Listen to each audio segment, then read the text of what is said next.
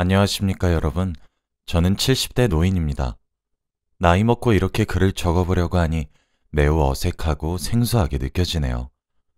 남들도 사는 인생 다 똑같을 것이고 사연 없는 사람 없다지만 저도 참 슬픈 사연이 하나 있었습니다. 저는 하나뿐인 딸아이로 인해 잘 극복했지만 말이죠. 제 딸은 지금 결혼을 앞두고 있고 이제 제품을 벗어날 나이가 되었습니다. 오늘따라 참 싱숭생숭한 기분이 많이 들어 이렇게 글을 적어 보냅니다. 제 이야기는 지금으로부터 40년 정도를 거슬러 올라가면서 시작해요. 저는 밑으로 동생이 줄줄이 딸려있는 집에 장남으로 태어났습니다. 밑으로 동생만 6명이나 있었죠. 남동생이 4명 있었고 여동생이 2명 있어요. 저까지 우리는 7남매였습니다. 부모님까지 합쳐 9식구였죠. 그 당시엔 다들 그랬겠지만 우리 집 또한 그리 넉넉한 사정을 가진 것은 아니었습니다. 저도 일찍이 일을 시작해 돈을 벌기 시작했죠. 제 나이가 30대에 접어들자 제 밑에 딸린 동생들 모두가 일을 하게 되면서 제가 집안을 책임져야 한다는 중압감이나 책임감 같은 그런 압박감들이 많이 가벼워졌습니다. 가난했던 집안의 가게에 보탬이 되어야 했기 때문에 저는 장남인 제가 가족의 생계를 위해 희생하는 것이 당연했거든요. 그런데 그런 속박에서 저는 30대가 되어서야 벗어날 수 있었던 거죠. 그 나이가 돼서야 저는 주위를 둘러볼 수 있는 여유가 생겼습니다. 저는 여유를 가질 수 있게 되자마자 제일 먼저 한 일이 차를 한 대 사는 일이었어요. 당시 포니가 아주 인기 있는 차였죠. 당시 200만 원 정도 들여서 차를 샀던 것 같습니다. 그때 200만 원이면 상당히 큰 돈이었죠. 그리고 여행을 다니기 시작했어요. 나그네가 꿈이었던 저는 바람이 불면 바람이 부는 대로, 파도가 치면 파도가 치는 대로, 발길이 닿는 대로 여행을 해보는 것이 소원이었습니다. 그때 한 여자를 만나게 되었어요. 송도의 바다를 보러 갔던 어느 무더운 여름날이었지요. 여러분들은 첫눈에 반해본 적이 있습니까? 홀딱 빠진 적이 있나요? 저는 그때가 처음이었어요. 먹고 사는 문제가 더 급했기 때문에 여자를 만날 시간도 없었습니다. 그날 산들바람이 불었어요. 그 여자분은 허리까지 오는 긴 생머리를 가지고 있었는데 바람결에 머리카락이 흩날렸죠. 피부는 얼마나 하얀지 쌀가루처럼 뽀얀 피부였어요. 첫 만남 때 무릎까지 오는 노란색 원피스를 입고 있었죠. 요즘 말을 빌려 표현하면 이상형이란 단어가 참 어울릴 겁니다. 봄날에 활짝 핀 개나리처럼 예쁜 사람이었거든요. 첫눈에 반한다는 느낌을 저는 그때 배웠습니다. 그날 사람이 무척이나 많았는데 그 사람만 눈에 들어오더라고요. 그때 직감적으로 느꼈어요. 오늘 이 만남을 놓치면 제가 땅을 치고 후회할 것을 말이죠. 그때 무슨 용기가 솟아난 건지 아직도 몰라요. 무작정 그 사람에게 다가갔습니다.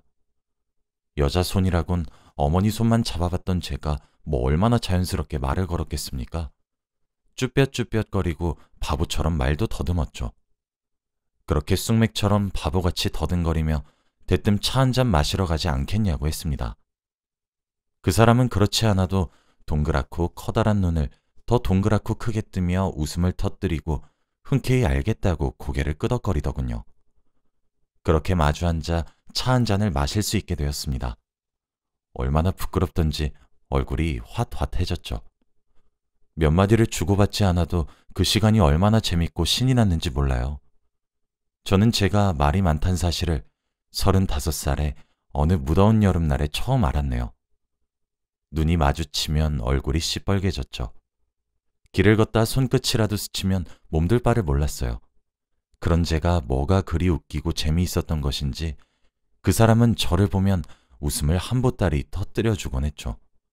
그렇게 우리는 자연스럽게 만남을 시작했습니다. 제 인생의 첫 여자였어요. 그 사람은 저보다 4살 어렸죠. 저보다 어렸지만 정말 현명하고 지혜로운 사람이었습니다. 제가 버팀목이 되어주진 못할 망정 항상 저를 품어주었죠. 우리의 사랑은 깊어져 갔어요.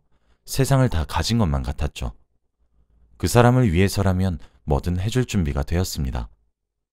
우린 그렇게 서로를 아껴주며 열렬히 사모했습니다. 곧이어 백년가약을 맺었어요. 사람이 너무 행복하면 오히려 불안해지는 것을 아시나요? 제가 딱 그랬었습니다. 너무 행복해서 오히려 이 행복이 깨질까 두려워 불안해졌거든요. 결혼을 했지만 저희에게 아이가 찾아오지 않았어요. 1985년, 결혼한 지 6년이 되던 해 그 사람을 쏙 빼다 박은 딸을 하나 낳았죠. 행복이 배로 늘었습니다.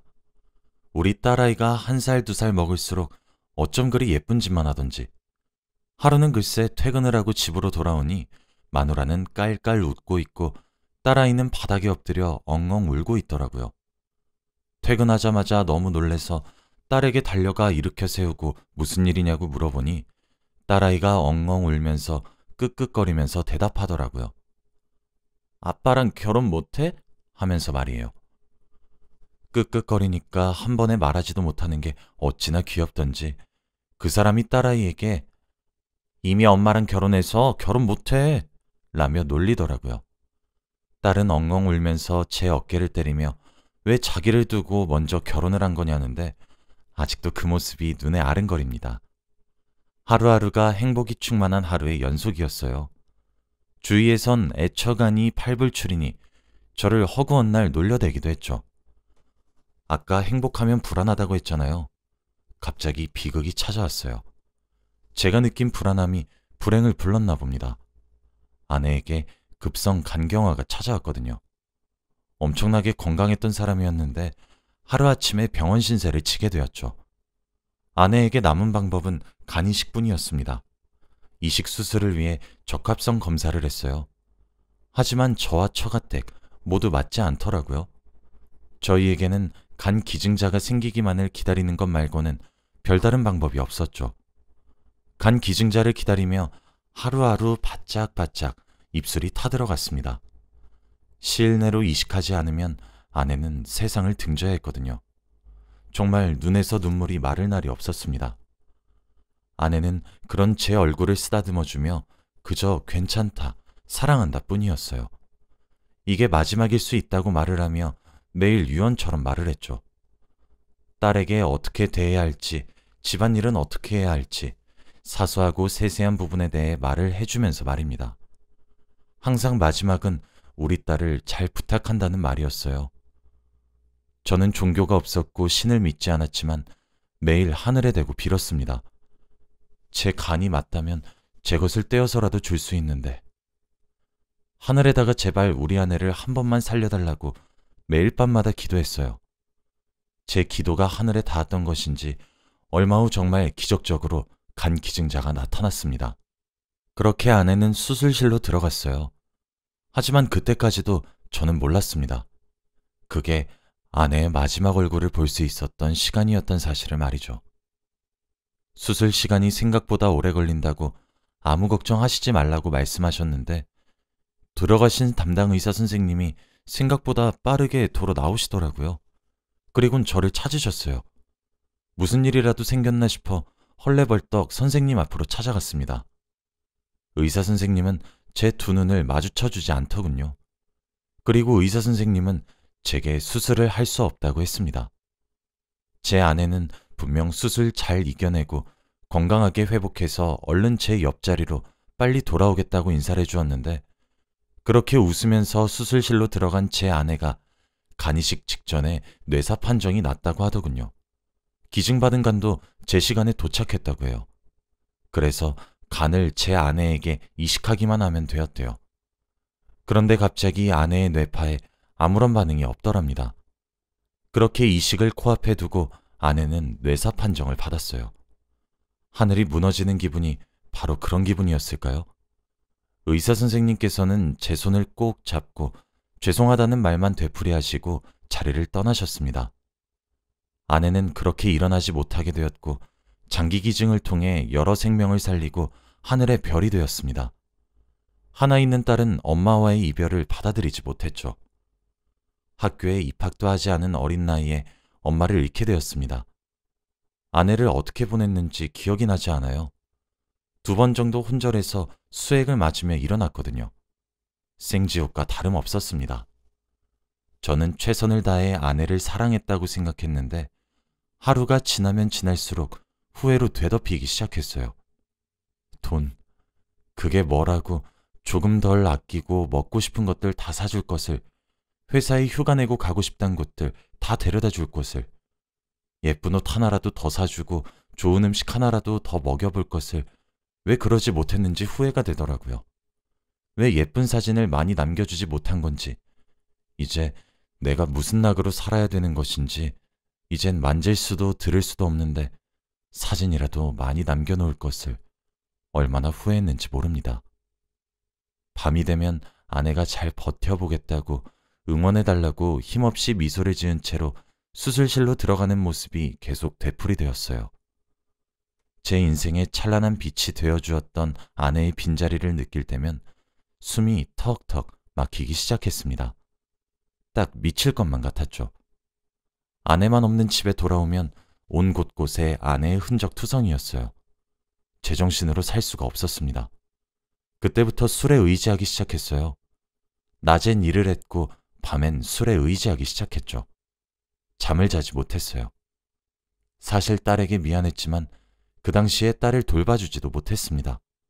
제 한 몸조차 슬픔을 견디기가 힘들었거든요. 하지만 술에 의지해도 아내의 빈자리는 그대로더군요. 술에 취한 밤이면 아내 생각이 더 간절해지기도 했죠. 가장 힘들었던 것은 그리움이 만든 환상이었습니다. 저녁 늦게까지 일을 하고 퇴근을 해서 집으로 들어오면 부엌에서 제가 좋아하는 김치찌개 냄새가 코를 훅 스칩니다. 그런데 집안은 차가운 정막만 흐르는 거죠. 온기 하나 없이 말입니다. 아내가 병원에 입원하기 전에 챙겨 먹으라고 만들어준 곰팡이 핀 반찬들을 냉장고에서 꺼내 식탁에 하나씩 올려놓고 밥을 먹었습니다. 습관적으로 아내가 항상 앉아서 조잘조잘 이야기하던 자리를 쳐다보며 말이죠. 정작 제가 먹었던 것은 소금가 나는 것을 깜빡해 삼삼한 맛이 나는 계란 후라이와 소주뿐이었죠. 그런 일상을 살면 당연히 몸부터 병듭니다. 건강에 빨간불이 뜨죠. 하루는 몸이 너무 아파 병원에 갔더니 간염이더군요. 술이 원인이라고 이러다 크게 일이 날 수 있다고 생각했습니다. 제 소식을 가장 먼저 들은 사람은 제 막내 여동생이었어요. 막내 여동생은 제 딸아이를 돌봐주고 있기도 했고요. 병원으로 오더니 자기 가슴을 퍽퍽 치며 주저앉아서 울더군요. 저보고 언제까지 이렇게 살 거냐고, 기어코 이렇게 새언니 뒤를 따라갈 거냐고, 오빠까지 이러면 우리 조카 불쌍해서 어떻게 하냐고, 제발 정신 좀 차리라고, 언니 닮은 딸내미 고아 만들고 싶냐고 하면서 펑펑 눈물을 쏟으며 우는데 문 근처에 서 있던 딸아이가 죽는다는 말에 발작을 하듯 울며 제게 죽지 말라고 하더군요. 저는 그때 정신을 차렸습니다. 아직 어리기만 한 우리 딸아이가 죽음을 모르지 않는다는 사실을요. 이젠 그 누구보다 죽음에 예민한 사람이 되었단 것을 말입니다. 그렇게 딸을 부둥켜 안고 얼마나 눈물을 흘렸는지 몰라요. 다행스럽게 제 간은 회복을 했고 정상적으로 퇴원을 할 수 있게 되었습니다.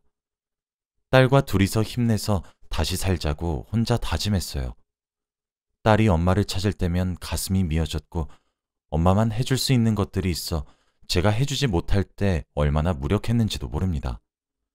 딸에게 엄마의 죽음을 알려주는 과정은 정말 힘들었어요. 저는 딸에게 엄마는 우리 곁에 잠시 살다 너무 착하고 예쁜 사람이라 하늘에서 얼른 오라고 손짓해서 갔다고, 우리도 나중에 차례차례 하늘로 놀러가면 볼 수 있다고 했죠. 딸아이는 씩씩하게 이겨내 주었습니다. 저보다도 낫더군요. 지엄마를 닮아서 그런가 딸아이는 아내처럼 봄날에 피는 노란 개나리꽃처럼 예쁘게 자라주었어요. 속 한번 썩이지 않고 참 착하게 잘 자라주었죠. 딸은 나이가 먹을수록 커갈수록 아내를 쏙 빼닮더군요. 딸을 보고 있으면 한없이 아내가 그리워지곤 했습니다. 제겐 여전히 아이처럼 어리게만 느껴지는 제 딸이 곧 한 남자와 결혼식을 해요. 언제 이렇게 훌쩍 커서 제 품을 벌써 벗어나려고 하는 것인지 감격스럽기도 감동적이기도 한편으로는 조금 서운하기도 합니다. 하루는 사위 될 사람을 데리고 왔더군요. 그런데 이 자식이 정말 제 청년 시절처럼 구는데 이래서 피는 못 속이는구나 싶더라고요. 우리 딸을 쳐다보면 말을 더듬기도 하고 얼굴이 빨개지기도 하는 것이 꼭 젊어서 아내를 꼬셨던 제 모습 같더군요. 내가 다른 것들은 몰라도 우리 딸내미 눈에서 눈물 한 방울 날 일은 없겠구나 싶어서 결혼을 허락했습니다. 그날 밤 딸아이에게 물었습니다. 어디가 좋아서 결혼을 결심하게 된 것이냐고 말이죠. 근데 딸이 뭐라고 하는지 아십니까? 아빠 같아서 좋다고 합니다. 글쎄 그놈을 보고 있으면 제가 생각나고 제가 하는 짓과 비슷해서 너무 좋답니다. 그래서 너무 편안하다고 했어요. 그렇냐고 무심하게 넘겼지만 방에 들어가 얼마나 눈물을 쏟았는지 몰라요. 감격의 눈물인지 떠난다는 사실에 대한 서운함의 눈물인지 아직도 모르겠네요. 며칠 전 예비사위가 절 찾아왔더군요. 딸과 함께 오지 않고 왜 혼자 왔냐고 물으니 제게 부탁드리고 싶은 것이 있어 이렇게 딸아이 몰래 절 찾아온 것이라고 대답했습니다.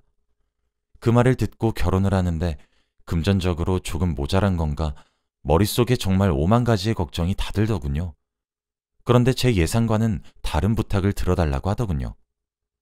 저는 몰랐는데 예비사위에게 제 딸이 저를 모시고 살고 싶다고 했습니다. 그런데 아빠는 분명히 거절할 것이 분명한데 어떻게 해야 될지 모르겠다고 자기가 결혼하고 나가버리면 이제 우리 아빠 정말 혼자가 되는 건데 자긴 그 꼴을 곧 죽어도 못 보겠다고 했대요. 그리고 제게 예비사위를 데려와 인사시키기 전에 우리 아내 무덤에 예비사위를 먼저 데려가서 보여줬다고 합니다. 그때 엄마 무덤 앞에서 그러더래요. 아빠가 고집 부려서 혼자 살고 싶다고 하면 몰래 아빠 꿈속에 나타나서 딸내미 말 들으라고 혼내달라고 그랬대요. 그러면서 제게 꼭 함께 살자고 제 두 손을 꼭 잡아주며 이야기를 하더군요. 제가 아닐세, 내가 얹혀 살면 괜히 자네가 불편해질 건데 내가 무슨 염치로 그러겠나? 나는 그렇게 피해주면서 그러고 싶지 않아. 라고 하니까 예비사위가 그러더군요. 어쩜 하윤이가 예상했던 말 그대로 하세요. 아닙니다. 장인어른 전혀 아니에요. 절대 피해주는 게 아니에요. 장인어른께서 제가 하윤이와 결혼하게 해달라고 결혼 허락받으러 왔을 때 제게 뭐라고 하셨습니까? 우리 귀한 딸내미 두 눈에 눈물 한 방울 흘리는 일 없게 하겠다고 약속해달라고 하셨지 않습니까? 그런데 저 지금 장인어른이 고집 피우셔서 결혼을 하기도 전에 하윤이 눈에서 눈물 빼게 생겼어요. 그러니 어쩌겠습니까? 제가 하윤이랑 결혼하려면 이렇게 장인어른께 고개 숙이고 같이 살아주세요 하고 부탁을 드려야죠. 하며 너스레를 떨더라고요. 싫다 괜찮다 해도 통하질 않았습니다. 결국 제게 알겠다 대답을 확실히 받고서야 자리에서 일어나더군요. 집을 나서면서도 장인어른 덕분에 저 하윤이한테 이쁨 받겠어요 하고 나서는데 참 어찌나 고마웠던지 정말 말로 표현이 안 되더군요. 하늘로 간 우리 아내도 말년에 제가 외롭지 말라고 선물처럼 사위를 보내준 것은 아닌가 싶습니다. 한 달 뒤 저랑 딸은 아내와 함께 살았던 이 집을 벗어나 새로운 보금자리에서 새로운 가족과 함께 살기로 했어요. 딸아이의 결혼도 앞두고 있고 이사도 앞두고 있어서 그런지 마음이 참 싱숭생숭한 것 같습니다. 부족한 아버지였던 제 손에 이렇게 예쁘고 착하게 자라준 딸이 너무 자랑스럽고 사랑스럽네요. 오늘따라 하늘로 간 우리 아내가 많이 그리운 날입니다. 딸의 결혼식 날에 울지도 모르겠습니다. 제 인생 이야기를 들어주셔서 감사해요. 다들 행복한 하루가 되셨으면 좋겠습니다. 감사합니다.